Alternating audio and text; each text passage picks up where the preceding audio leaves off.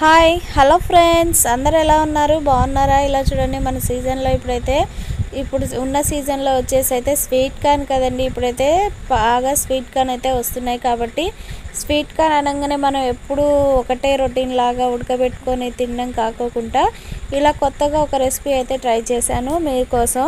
ఇలా చూడండి, మీ అందరి కోసం అయితే పెడుతున్నాను. ఇప్పుడైతే నేను ఫస్ట్గా ఆ స్వీట్ కార్న్ పొట్టు తీసుకొని అయితే ఈ గింజలన్నీ సపరేట్ చేసుకొని ఇప్పుడు అవి కూడా ఒకసారి వాష్ చేసుకొని స్టవ్ ఆన్ చేసుకొని ఒక గిన్నెలో కొన్ని వాటర్ పోసుకొని ఆ వాటర్లో అయితే ఇలా చూడండి చూపించినట్లు ఉడికించుకోవాలి. ఉడికేటప్పుడు ఒక చిటికెడు పసుపు అయితే వేసుకొని ఉడికించుకోండి కలర్ కోసం అయితే. ఇలా చూడండి, మనకి స్వీట్ కార్న్ అనేది ఒక 10 నిమిషాలు ఎమ్మటే ఉడికిపోతుంది.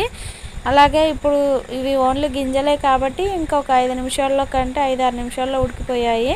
ఇప్పుడు ఆ తర్వాత మొత్తం ఒక గిన్నెలోకి అయితే తీసుకొని ఇప్పుడు మనది బియ్యపిండి ఉంటుంది కదండి, ఆ బియ్యపిండి ఒక 4 స్పూన్ల వరకు అయితే తీసుకొని ఇప్పుడు ఒక 4 స్పూన్స్ అయితే వేసుకొని మొత్తం అయితే కలుపుకోవాలి.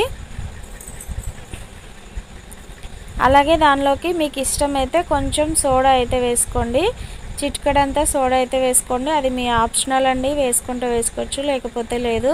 నేనైతే కొంచెం అయితే వేసాను. ఆ తర్వాత ఇప్పుడైతే చూడండి ఒకసారి ఈ రెండింటిని కూడా బాగా మిక్స్ చేసుకోవాలి. ఇలా చూడండి, బాగా పొడిగా వచ్చాయి అనుకుంటే కొంచెం నీళ్లు చల్లుకుంటే అయితే ఇలా మొత్తం కలిపేసుకోవచ్చు. మనకి వాటర్ అయితే ఎక్కువగా పట్టవు, కొంచెం లైట్గా చిలకరిస్తే సరిపోతుంది వాటరు మనకి. ఇప్పుడు ఇలా చూడండి, ఆ రెండింటిని అయితే బాగా కలుపుకున్నాను కదా. కలుపుకున్న తర్వాత దీంట్లోకి అయితే కొంచెం మసాలా అయితే వేసుకోండి, ఒక 1/2 టేబుల్ స్పూన్ వరకు. అలాగే టేస్ట్కి సరిపడా సాల్ట్, ఈ రెండు వేసుకొని ఒకసారి మొత్తం కలుపుకున్న తర్వాత ఇక డీప్ ఫ్రైకి అయితే ఆయిల్ పెట్టాను. ఆయిల్ బాగా వేడైన తర్వాత ఇలా డీప్ ఫ్రై చేసుకున్నాను. ఇలా చూడండి, మంచి గోల్డెన్ కలర్ రాగానే తీసేసుకోవాలి. మీడియం టు హై ఫ్లేమ్లో పెట్టుకొని ఫ్రై చేసుకోండి. ఆ తర్వాత నేను అన్నీ ఫ్రై చేసుకున్నాను. ఇక దానిలోకి అయితే కొత్తిమీర, ఉల్లిపాయలు అలాగే పల్లీలు కూడా ఫ్రై చేసి తీసుకున్నాను.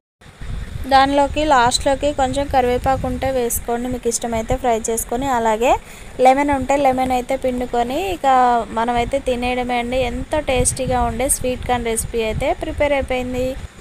మీరు కూడా తప్పక ట్రై చేయండి. అలాగే ఎలాగా వచ్చిందో కూడా కామెంట్ అయితే చేయండి. ఈసారి స్వీట్ కార్న్ తీసుకున్నప్పుడు మాత్రం ఈ రెసిపీ మర్చిపోకండి. మా వీడియో మీకు నచ్చినట్లయితే ఒక లైక్ చేయండి, షేర్ చేయండి, సబ్స్క్రైబ్ చేసుకోండి. Bye bye.